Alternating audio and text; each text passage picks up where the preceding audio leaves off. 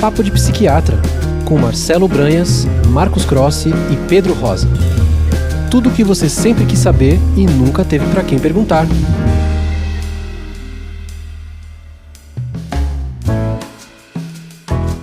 Sejam bem-vindos a esse episódio do podcast Papo de Psiquiatra, o seu podcast favorito. Hoje nós continuaremos a falar sobre TDAH. Tivemos 2 episódios em que falamos sobre diagnóstico. E agora nós vamos falar sobre tratamento. E uma parte específica do tratamento, que é o tratamento farmacológico. Tratamento de TDAH com remédio. Então, eu queria ouvir de vocês aí, Marcos e Marcelo, o que vocês têm a dizer para o nosso público a respeito do tratamento farmacológico do TDAH? Interessante, Pedro. Só contextualizando, então, pessoal, esse vai ser o 3º episódio e tem um próximo que é tratamento não farmacológico. Então, quer dizer, dividimos em 2 coisas. Agora, falando sobre tratamento farmacológico, acho que vale a pena começar falando que, dentre os remédios que existem na psiquiatria, que são vários, né, os remédios para TDAH, felizmente, são um dos que são mais efetivos, porque a gente sabe que não é sempre que uma medicação vai ser efetiva para o tratamento de uma doença. Inclusive, às vezes a medicação pode não ser efetiva e a gente tem que tentar outra medicação. Inclusive, de curiosidade, na medicina existe um jeito de calcular isso, que é o número necessário para tratar, ou seja, para quantas pessoas eu tenho que dar um remédio para ele ser efetivo. Se eu tentar 5 pessoas, para uma delas vai ser efetiva em média. E esse número, para as medicações para o TDAH, é extremamente boa. Então são medicações muito eficientes. E, bom, falando um pouco sobre isso, são as medicações que a gente chama de psicoestimulantes, né? Essa é a classe de remédios, de medicações para o TDAH. E tem várias dentre elas, né? Essa questão é importante porque quando a gente olha, o tratamento ele é de tal forma eficaz que a gente também não quer deixar que as pessoas se privem desse tratamento, né? A gente falou disso bastante nos outros 2 episódios, né? Mas a gente afere isso nos ensaios clínicos através também de tamanho de efeito, né? O tamanho de efeito dos estimulantes para TDAH é maior do que o tamanho de efeito dos antidepressivos para depressão, né? Então a gente tem essa mensagem a dizer, né? Exato.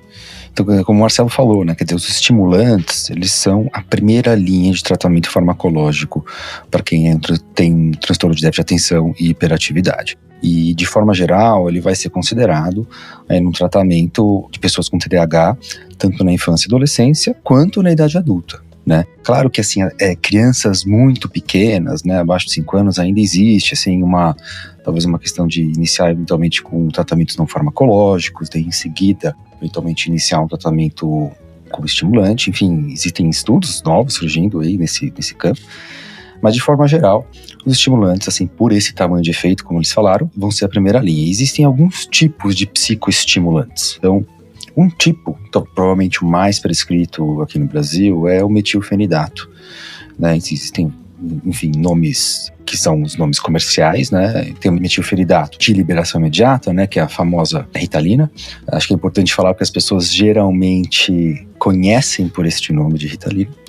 E existem metilfenidato, eventualmente, de liberações mais prolongadas, né? Tem um que é de uma liberação, vamos dizer assim, um pouco mais intermediária, que é a Ritalina LA. E tem também o metilfenidato de liberação mais longa, né? Que é o Concerta. A medicação é a mesma, a diferença vai ser realmente o tempo de duração, porque quando você começa o metilfenidato de liberação imediata, muitas vezes a pessoa vai ter que tomar mais do que uma vez por dia, 2 a 3 vezes por dia, por exemplo, né? Porque afinal ele vai ter uma duração aí de 4 horas, né? Então, quer dizer, se ele tomar de manhã, ele vai ter que tomar à tarde também. Então, quando você pensa em uma criança ou um adulto, né? Ele toma de manhã, ele funciona de manhã, mas ele também vai precisar funcionar à tarde, muitas vezes. Por isso que você vai ter que dividir ou dar uma liberação realmente mais prolongada. Então, esse seria, vamos dizer, dentre os psicoestimulantes, talvez o mais prescrito. Mas também existem outros psicoestimulantes, né? Que são aí das classes das anfetaminas, né? Aqui no Brasil tem a lisdexanfetamina, que é o famoso Venvanse, que muitas vezes é prescrito também para pessoas aí que têm um quadro compulsivo alimentar, né? Eventualmente quadros depressivos graves também, ambos os estimulantes também podem ser usados.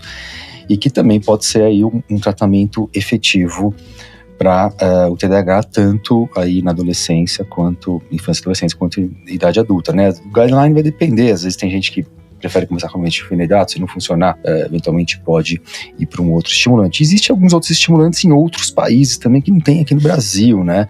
Então, por exemplo, acho que vocês devem ter visto em filmes, né, aquele Adderall, né, que na verdade é uma mistura de anfetaminas, enfim. Ou seja, os estimulantes são medicações de primeira linha e que, claro, assim, qualquer medicação em psiquiatria, mais uma vez, né, repetindo o que a gente sempre fala no podcast, é sempre assim, benefício versus risco, né? Assim, quais são os efeitos positivos e os efeitos negativos? É isso que a gente vai medir, vamos dizer, para prescrever, né? Isso que é a nossa base de decisão. Então, quer dizer, essas são as primeiras classes psicoestimulantes e tem também medicações não estimulantes. Quando a gente pega medicação não estimulante, tem algumas medicações que, infelizmente, não tem aqui no Brasil, né? A tamoxetina, por exemplo, é indisponível. Outras medicações não estimulantes tem a guanfacina, né, que também não é disponível, e a clonidina. A clonidina, que é um antihipertensivo, né, ela é um agonista aí alfa-2. Ele é uma medicação que todos esses não estimulantes, eles têm um tamanho de efeito menor do que os psicoestimulantes. E às vezes eles podem ser usados, por exemplo, a clonidina, por exemplo, eles podem ser usados às vezes como tratamentos adjuntos, né, ao psicoestimulantes, né? Então a clonidina, por exemplo, ele tem um perfil mais sedativo, né, pode conter mais impulsividade, isso mais em infância e adolescência, não tem muito estudo em adulto. E a clonidina também, assim, tem no Brasil, mas é de liberação imediata, não tem aquele de liberação estendida que realmente os estudos foram feitos, mas eventualmente a gente pode passar aqui e prescrever mais do que uma vez por dia. E tem também outras medicações também, por exemplo, antidepressivos, né? Eventualmente a gente pode usar, por exemplo, geralmente são usos mais off-label, né?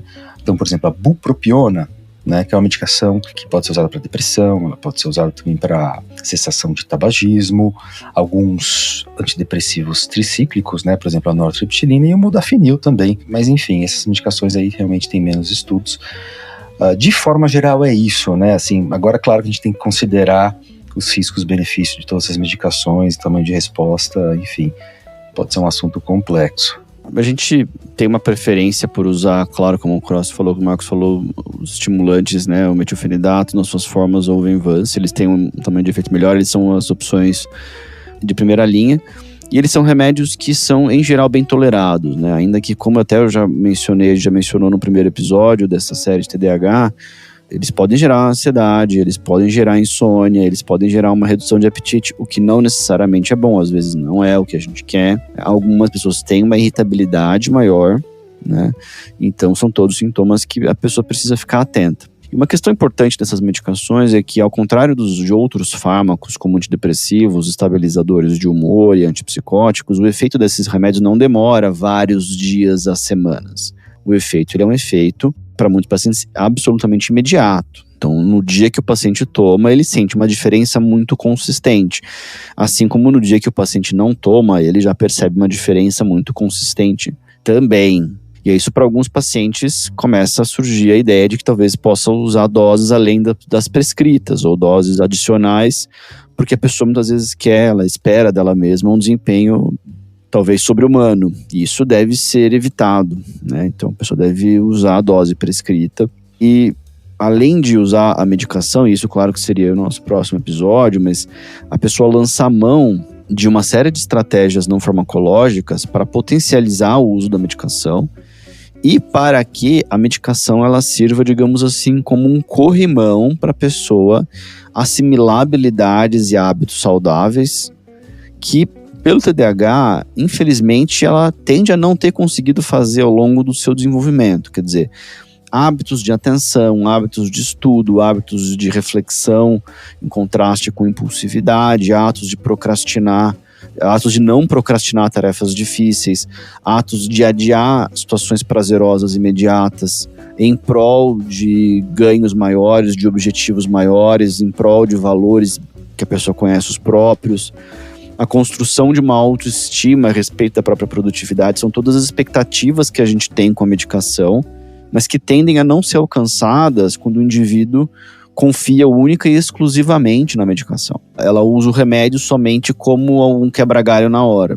A medicação ela é fundamental, ela oferece para o paciente uma oportunidade, é uma oportunidade sensacional, porque funciona. O indivíduo que ele assimila esses hábitos, constrói para ele mesmo uma rotina saudável, a vida muda completamente. Confiar só no remédio pode ajudar, mas é um ganho, digamos assim, mais ou menos, né? Parcial. Eu acho que nesse sentido que você comentou, é o bom uso, né? Fazer um bom uso da medicação, né? Porque um mau uso da medicação, por exemplo, seria justamente você confiar só nela, acabar não fazendo as outras partes importantes de adquirir essas habilidades e infelizmente, às vezes, começar a fazer um abuso, né, da medicação. Pode isso acontecer também com psicoestimulantes, por isso que é importante até para os médicos que estão prescrevendo, você toma cuidado, né, para não prescrever a mais do que deveria, informar os pais, informar o paciente para usar a dose que for prescrita e não mais, né? A gente sabe que, inclusive, no Brasil é muito comum algumas pessoas, infelizmente, fazerem mau uso da medicação e comprar sem receita. Especialmente o Venvance é uma droga que tem um potencial de causar dependência relevante, né? Lembrar que, olha, o Cross falou, é lisdexanfetamina, metanfetamina. Então, esse uso recreativo, o pessoal usa embalada, usa como estimulante, mistura com álcool, mistura com outra droga ou com outras drogas, ou um uso irrestrito, e a gente vê pacientes, pelo menos na minha prática, mais frequentemente tentando aumentar a dose do Venvance por conta, muito mais frequentemente do que eu vejo com metilfenidato. Isso é um potencial problema, porque o Venvance para muitas pessoas gera tolerância, isto é, doses crescentes são necessárias, e isso é um problema, isso é um potencial problema que a gente tem que ficar atento, né? Esse é um dos pontos que levam as pessoas a se preocuparem, né, com o tratamento de TDAH, né, que nem o Marcelo e o Pedro falaram agora, assim, né, porque essas substâncias, elas têm esse efeito euforizante, né, então isso sempre levanta essa preocupação, poxa, será que essa pessoa eu vou prescrever, ela vai desenvolver um abuso de substância, né, tem alguns estudos que mostram que, na verdade, se você trata o TDAH, né, infância e adolescência, na verdade, poxa, isso talvez pode até diminuir o uso de substância, né? Porque assim, o TDAH ele aumenta a chance da pessoa usar substância. Muitas vezes, né? Eu já vi pacientes, por exemplo, procurando substâncias estimulantes, vamos dizer, de uso abusivo, para lidar com sintomas de TDAH, por exemplo, né? A pessoa com TDAH ela é mais impulsiva, então a chance de ela usar substância é maior. Então, em teoria, se você tratar o TDAH, pode até diminuir o uso de substância no longo prazo, e alguns estudos até colocam isso. A questão é que, sim, essas pessoas que não têm TDAH, que querem melhorar a própria performance, né, ou ter esse efeito euforizante, que chegam no consultório, vamos dizer, relatando efeitos de sintomas de TDAH, enfim, que daí sim, acho que daí realmente é um problema, porque, enfim, o diagnóstico é clínico, às vezes pode existir até casos eventualmente de simulação, mas às vezes realmente são pessoas bem intencionadas que, na verdade, querem melhorar a própria performance e nem entendem, né? Geralmente é isso, assim, né? Que fala, poxa, se eu tomar um metilfenidato, poxa, eu vou funcionar muito bem no trabalho, vou produzir mais, mas não tem TDAH, né? Essa realmente acho que é uma preocupação muito válida mesmo, mas eu acredito que isso realmente não vamos dizer, não é uma justificativa pra gente não tratar essas pessoas, né? Com certeza. O uso correto, sensato, sem aumentos drásticos de dose a qualquer momento, com uma explicação, ele é um uso seguro, né?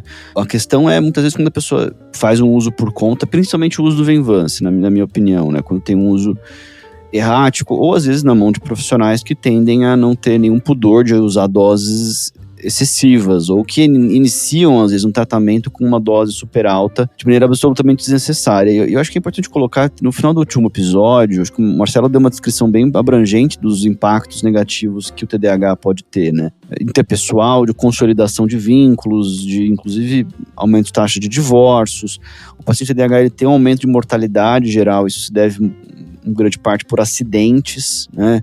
Um desempenho acadêmico e profissional pior, uma taxa maior de síndrome metabólica, obesidade, de doenças físicas decorrentes disso, um aumento de taxa de transtorno de uso de substância e outros diagnósticos psiquiátricos como ansiedade e depressão. Fato é, e isso é uma questão interessante, porque existem estudos muito bem feitos que mostram que o tratamento TDAH diminui a chance de todos esses desfechos. Isso consolida o diagnóstico. A primeira coisa que a gente falou no primeiro episódio do TDAH foi: esse diagnóstico existe, isso é um mito, isso é uma invenção? Não, não é. Essa ideia de que o tratamento farmacológico ele reduz todos esses índices, reduz a chance da pessoa ter todos esses desfechos negativos que eu mencionei previamente. Isso também mostra que o tratamento é seguro, porque ele reduz vários problemas que são problemas graves, são problemas muito relevantes e que são desfechos médicos muito sérios. Então, não é um diagnóstico bobo, ele é meio desatento, é pessoa voada. Não. Isso, o tratamento, e uma outra questão, aspecto pra gente falar, é que a gente não observa, inclusive, um receio que as pessoas têm de que muitos pacientes com TDAH, eles são pessoas criativas, eles são pessoas que têm interesses por múltiplas coisas, que são pessoas que têm essas características artísticas afloradas, e que a gente não vê o remédio obliterando isso, o remédio tornando a vida cinza, o remédio tornando a vida sem graça, sem cor. Não é isso que a gente vê. O que a gente vê, inclusive, eu trato pacientes que são artistas e que têm TDAH, é o indivíduo preservar da criatividade dele, ele conseguir colocar a criatividade dele de maneira mais organizada para o mundo. Então, no fundo, assim, é bom para a arte do indivíduo, para a criatividade, né? Essa é uma coisa importante, porque tem um mito que circula aí de que o remédio ele é nefasto para a criatividade das pessoas, né? Eu acho que isso é um ponto fundamental que você levantou, né? Primeiro que, realmente, falando de problemas extremamente concretos, né? Prejuízos do déficit de atenção, você tem maior índice de fraturas, né? Por não prestar atenção em, por exemplo, crianças e adolescentes que têm TDAH. Você pode ter maior acidentes de trânsito em pessoas que têm TDAH não tratado, né? Então, assim, o tratamento é extremamente benéfico, né? Muitas pessoas, inclusive, vão procurar estimulantes ilegais, às vezes, para tratar um TDAH subjacente, isso melhora com o tratamento. Então, assim, é inegável o benefício. E também fazendo um outro parênteses, né, que você bem falou, Pedro, não confundir que tem muito isso de você minimizar, né, de maneira até preconceituosa, problemas mentais em outras pessoas, a pessoa é só desatenta, estão exagerando no diagnóstico de TDAH. TDAH não é igual apenas desatenção, né? Assim como tristeza não é igual a depressão. A gente está falando aqui num conjunto de sintomas e manifestações bem complexas, né? Que configuram uma síndrome que, por sua vez, configuram um transtorno. Então, agora, qualquer coisa, né, que é feito um mau uso, também, claro, pode ser prejudicial. Né? Até a gente tem alguns estudos super interessantes, né, que até meditação, né, se feita por tempo excessivo, por exemplo, por mais de 4 horas seguidas, tem efeitos inclusive deletérios para quem não sabe fazer, não está acostumado, né? A gente não pode também privar as pessoas que precisam de tratamento pensando só no é super diagnosticado, a pessoa vai fazer um abuso da medicação. Você fazendo uma psicoeducação, ensinando direitinho, fazendo um bom uso dos tratamentos, isso é extremamente vantajoso e proveitoso, né? E só queria fazer um adendo, né, em relação a essa parte de substância, né? Já que o Marcelo comentou agora, realmente a gente acha que, assim, não é uma justificativa se você vai tratar um adolescente com TDAH, não é uma justificativa, pois não vou tratar, tô com medo que ele desenvolva o uso de substância a posteriori. Na verdade, isso a gente não vai impedir o tratamento por causa disso, né? Mas assim, se a pessoa já tem um uso de substância, né? Daí eu acho que realmente vale o cuidado. Eu acho que em muitos casos realmente vai um julgamento clínico e muitas vezes realmente a gente pode eventualmente não usar um estimulante. E se a pessoa já tem uma dependência, por exemplo, né, enfim, de estimulantes, por exemplo, né, inclusive não usa cocaína, enfim, isso já pode ser realmente, vai envolver um julgamento clínico. E daí a gente vai ficar mais preocupado mesmo. E também acho que uma outra, né, falando em outras preocupações, né, com o uso dessas medicações, uma preocupação que o Pedro comentou da ansiedade, né, que tem alguns pacientes que desenvolvem ansiedade, então realmente fica difícil usar o estimulante. Uma outra preocupação é efeitos cardiovasculares, né? Então, o estimulante, né, enfim, tem esse efeito simpaticomimético, né, assim, de alguma forma, assim, ele tem esse efeito no sistema nervoso, vamos dizer, simpático, né? Em parte, em termos de aumento de frequência cardíaca. Então sempre existiu essa preocupação, poxa, mas será que é seguro do ponto de vista cardíaco, né? Os estudos mostram que de forma geral sim. Agora é claro que isso vai envolver um julgamento do clínico. Assim, eventualmente você está diante, por exemplo, de um adulto com histórico de arritmia, enfim, acho que vai valer certamente uma avaliação especializada e medir os riscos e benefícios da intervenção, né? O receio geralmente é para pessoas que têm histórico familiar de morte súbita, né? Porque isso denotaria uma doença cardíaca grave, né? Uma doença que a gente fala estrutural cardíaca. E pessoas que têm doença cardíaca grave. Não é qualquer arritmia, né? Então não é um indivíduo que tem extrasístole no eletrocardiograma. E como o Marcos falou, na dúvida a gente pede a opinião de um cardio, né? O remédio ele é seguro para a imensa maior parte das pessoas, né? Então, esse é o ponto, né? Então a gente está diante de um tratamento eficaz, globalmente seguro, e que muda a vida das pessoas, né? É claro que depende do apropriado uso da ferramenta, o risco do uso da ferramenta é relativo ao uso correto dela, né? Isso depende do diagnóstico, depende da prescrição correta para um profissional que saiba o que está fazendo, né? Bom, pessoal, é isso que a gente queria falar para vocês sobre tratamento medicamentoso, farmacológico do TDAH, e a gente tem o nosso quarto e último episódio em seguida. Fiquem ligados para a próxima terça sobre tratamento não farmacológico do TDAH. Muito obrigado pela audiência. Obrigado, pessoal. Até o próximo. Obrigado, um abraço.